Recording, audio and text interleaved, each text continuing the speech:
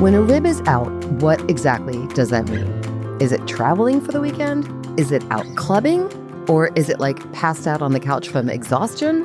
Spoiler alert, it is none of these. But one thing is for certain about what happens to a rib when it goes out, it is not a comfortable situation. If this has happened to you, you know that it can feel like anything from an annoying poker in your side to the inability to breathe, neither of which are fun. I mean, it might be more fun to think about what it means to go out. Let's just say our rib did get away for the weekend, and while it was there, it decided to explore the club scene, and then stayed out too late, and then collapsed on the couch for the entire Sunday. It took going out to the nth degree. It went out in every way that it could, and coming back ain't gonna be easy. In the planning stages, going out may seem like a lot of fun. Maybe the rib even brought a disposable camera that made its rounds a la The Hangover, and it has a super funny story to tell. But no matter how you slice it, that rib has deviated away from its normal routine, and it's going to be a bit cattywampus until it feels normal again. What is actually happening when a rib goes out is not that different from when one heads to Vegas for a weekend. The skeleton, or really any one of our awesome anatomical parts, doesn't very much like being askew.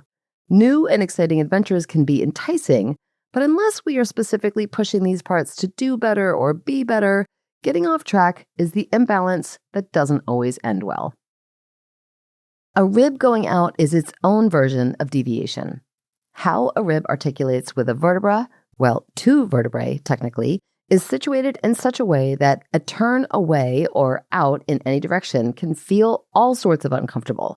The good news is that a costovertebral joint is very similar to many other joints in the body, and once we see this, understanding how to help a rib find its way back is a lot less overwhelming.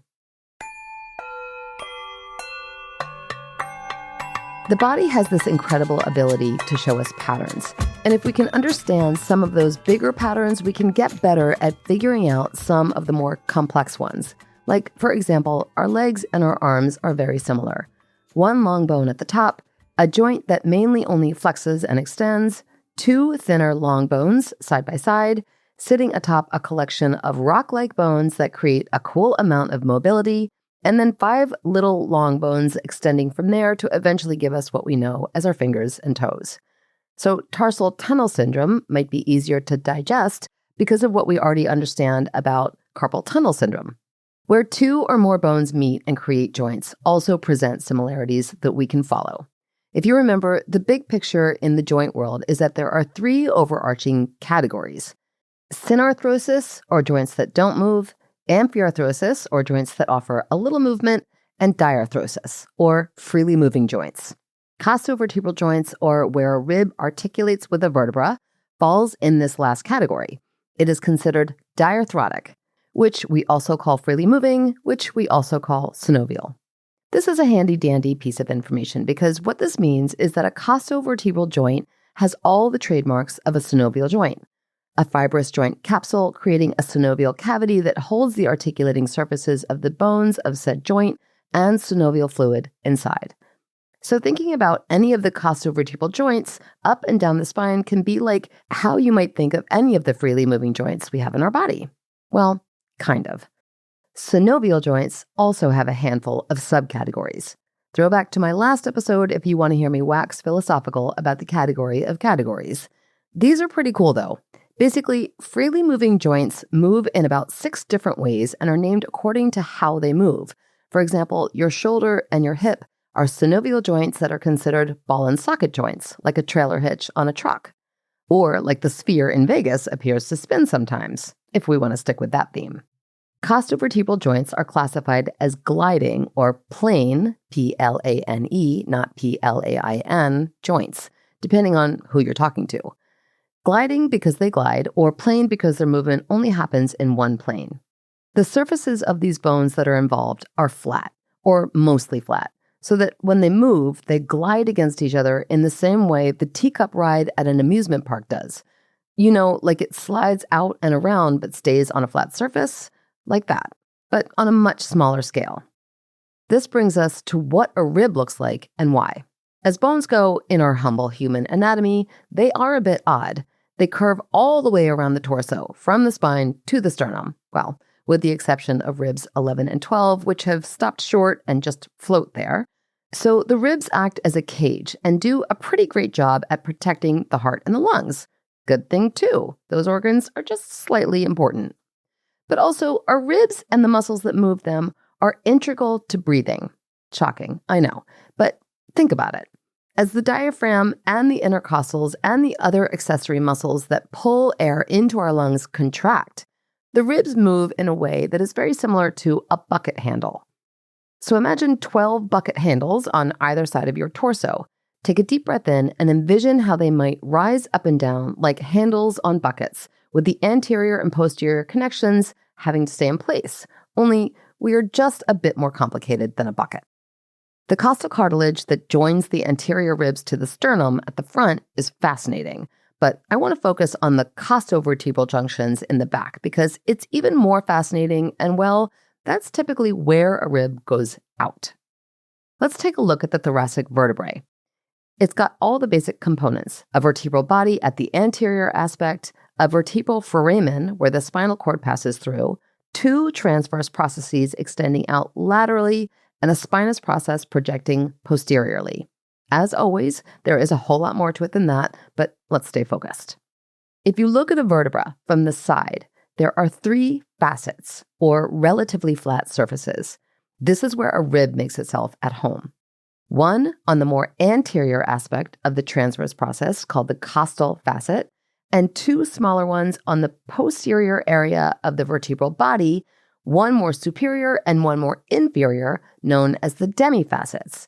There are also superior and inferior articulating processes, which are where one vertebra sits atop another, but those are not the focus of this episode. A rib is going to join a vertebra at those costal and demifacets. But here's the cool part. Each rib has a head. This is the end of the rib at the back that joins with the vertebrae. It also then, about an inch lateral from the head and on the inferior aspect, has a tubercle, or a small bump. The head of the rib has 2 articulating surfaces, and the tubercle has 1.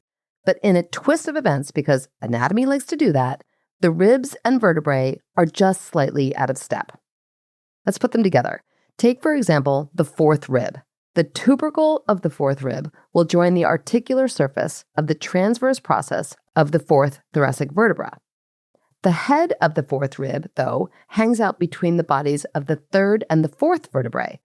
So the inferior facet of the head of the rib sits neatly on the superior demifacet of the 4th vertebral body, but the superior facet of the head of the rib fits nicely with the inferior demifacet of the 3rd vertebral body. So the 4th rib has 2 connections to the 4th vertebra and 1 with the 3rd vertebra.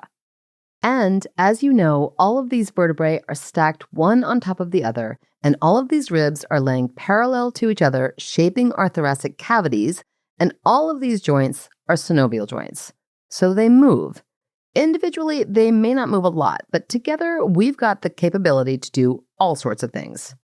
The engineering of the ribs and the spine is spectacular. This trait of combining a lot of small movements to offer the potential of incredible flexibility is a very cool feature.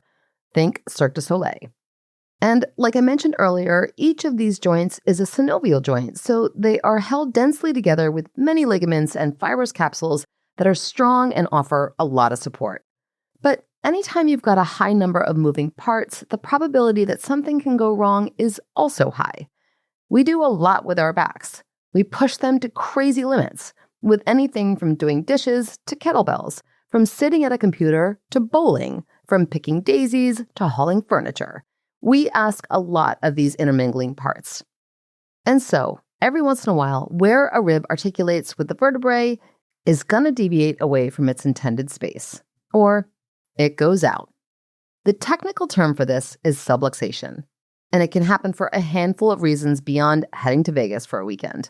A rib can find itself a little sideways from a weakening or deterioration of the cartilage in the joint, similar to how a meniscus in the knee can wear down, an injury or surgery, or more chronic issues like kyphosis, lordosis, or scoliosis.